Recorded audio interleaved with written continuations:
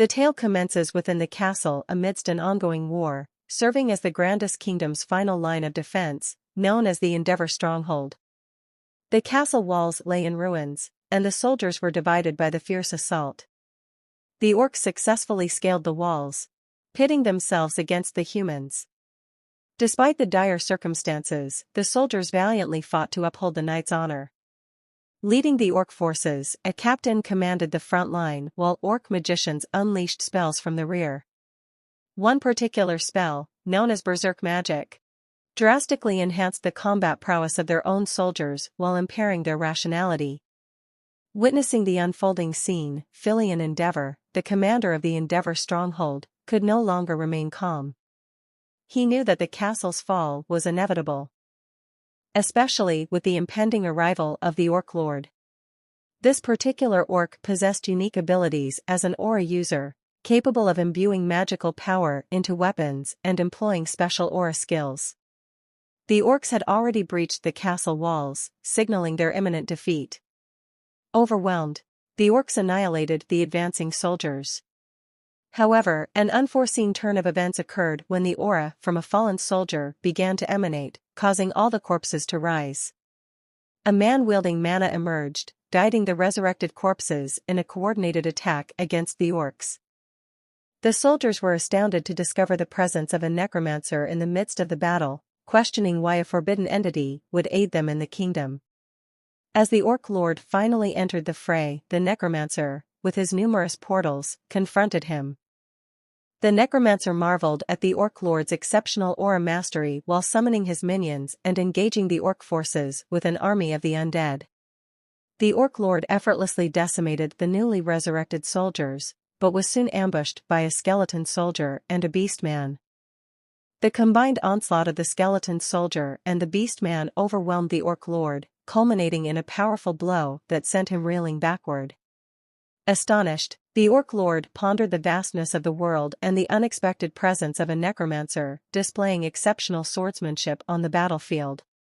His summoned beings continued to decimate his forces, including a gigantic entity that crushed his army with formidable strength.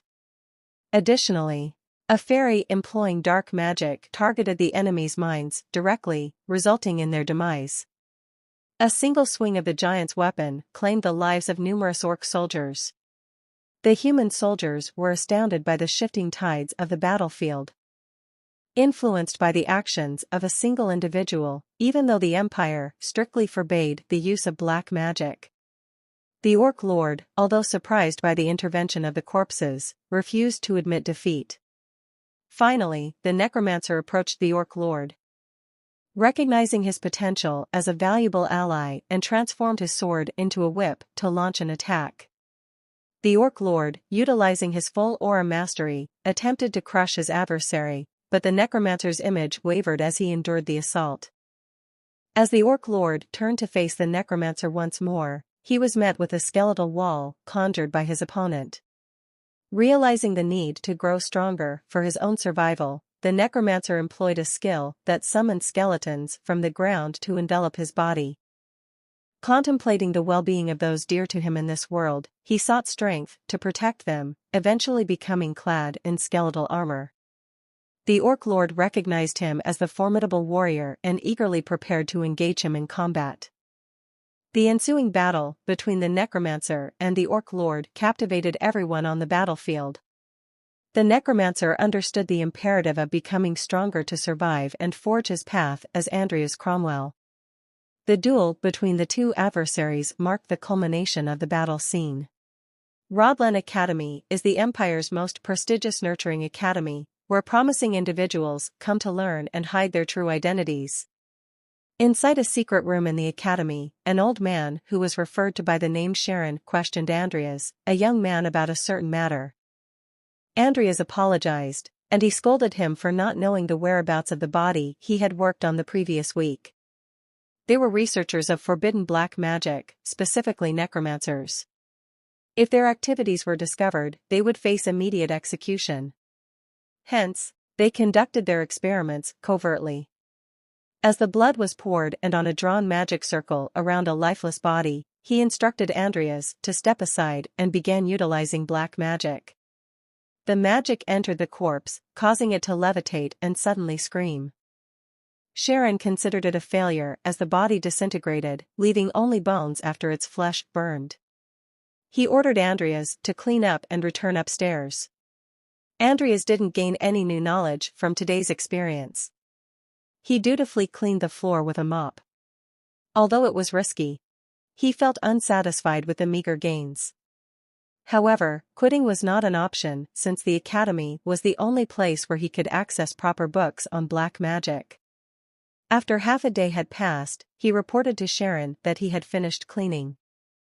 Sharon scolded him for taking his time and questioned when he would be able to handle such tasks independently. He admonished Andreas for being anxious about a simple task and assigned him another mission. Andreas was to go to the Binhalez National Graveyard and retrieve a body of someone buried for their accomplishments. Sharon reminded him how he had taken in an orphan like Andreas and emphasized the constant need to prove his worth. Or else he would become just another corpse for the old man's experiments. Andreas left the room with Karen's orders, knowing that he wouldn't receive any travel expenses this time either. Upon opening the door, many students were surprised to see him. Some even questioning if he was still around. He shouted at them, demanding that they leave without causing a scene.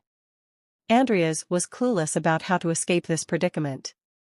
He was known as Andreas Cromwell, a third-year student in the magic department. An untalented individual from a fallen family. He was an orphan who sought favor with the strong and mistreated the weak. Considered the worst in the academy, he was a third-rate villain, a character no one wanted to be associated with. Despite not desiring such a life, Andreas had no choice but to continue living as Andreas. His true identity was Makoto Kaneshiro, a former member of the Special Forces who struggled to adapt to civilian life. The only solace for his heart was the game Great Sin, where he immersed himself completely. When he finally managed to complete the game after 12 weeks, someone who possessed detailed knowledge of his personal information and gaming habits contacted him. Surprised, he immediately turned off his computer. However, without realizing it, he had been transported into the game's world 6 months prior to the main story. Andreas was a character always overshadowed by the specter of death, as all the characters shared the same fate of discovering Karen's true identity and eliminating him together. If Andreas couldn't find a way to avoid Sharon before the main story began, he would inevitably become entangled with the other main characters.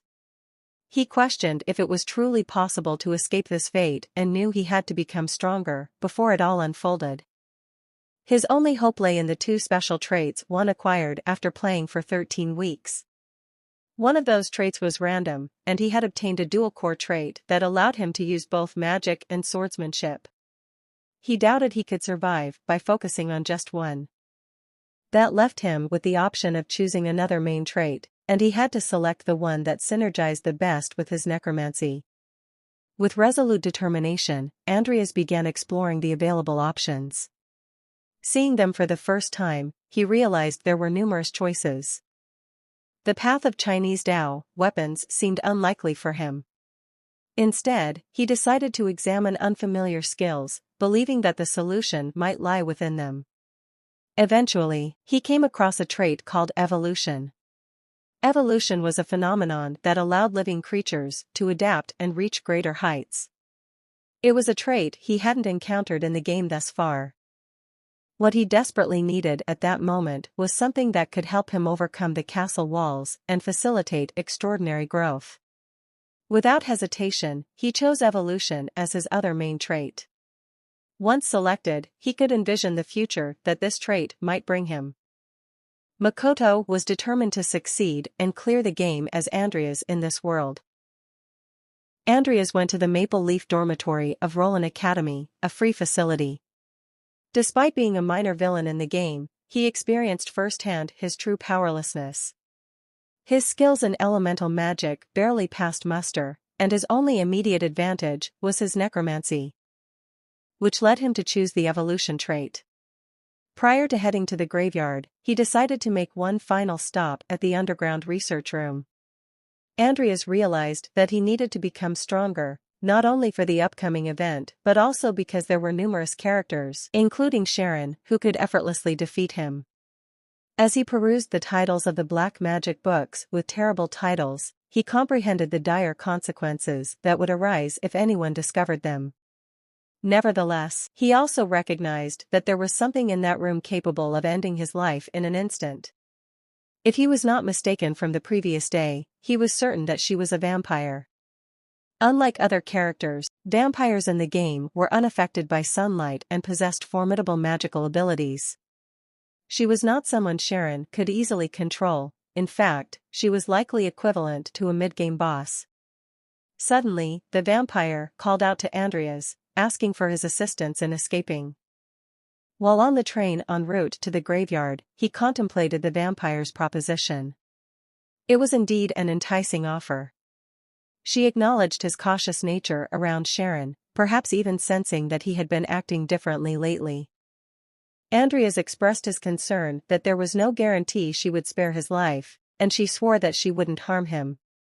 However, Andreas questioned whether a higher being like her would genuinely keep her promise to a mere human. He decided to mull it over, aware that sudden betrayal of Sharon would complicate matters. Without heeding her plea, he departed and resolved to research more about vampires, hoping to find a book on how to deal with them. Upon arriving at the graveyard station, Andreas, fatigued from exerting himself physically, dragged his suitcase towards the national graveyard where black mages gathered corpses. He shared the password with the gatekeeper, who allowed him entry despite it typically being prohibited. He was glad that the password matched as he had only a faint recollection of it. As he made his way, he encountered a man near the digged hole and complaining about his back pain. Andreas arrived just in time, presenting a night corpse as planned. Despite his feeble physique, he managed to lift the heavy knight and place him inside the suitcase. With time running out, noticing a gravestone with a strangely familiar name, Aura Master Nickel Lifehill. Nickel had devoted his life to the sword and became an Aura Master but died of old age. This detail was one of the game's Easter eggs, leaving Andreas curious about its inclusion. However, no one in the game knew of Nickel's mastery. Andreas contemplated the potential of creating a Death Knight with Nickel's body, realizing that even Sharon couldn't create one of high rank. After evolving, it could completely change the situation, making it crucial for Andreas to obtain a body with strong latent abilities. He sought the help of the Gravekeeper, who initially refused, insisting on obtaining Karen's permission first due to the potential consequences. Andreas offered the Gravekeeper his family heirloom, a ring engraved with a count's crest, in exchange for another corpse. Recognizing the value of the ring, the Gravekeeper agreed, understanding that Andreas was willing to trade it for the sake of his necromancer training. Andreas requested to keep the matter hidden from his teacher, Sharon. Eventually, the Gravekeeper agreed, unable to resist the allure of the fallen noble household's ring. He pointed out Nickel's tomb and instructed Andreas to start digging. As Andreas confirmed that Nickel's body was still intact, he felt that the clear future he had foreseen the previous day, after selecting the evolution skill, was finally beginning. Determined to commence his necromancer training at the academy as soon as possible, he entrusted his well-being to his subordinate, a corpse. Andreas's adventure as a necromancer was about to commence. Stay subscribed to witness his future as a necromancer and discover whether he manages to escape from Sharon or not.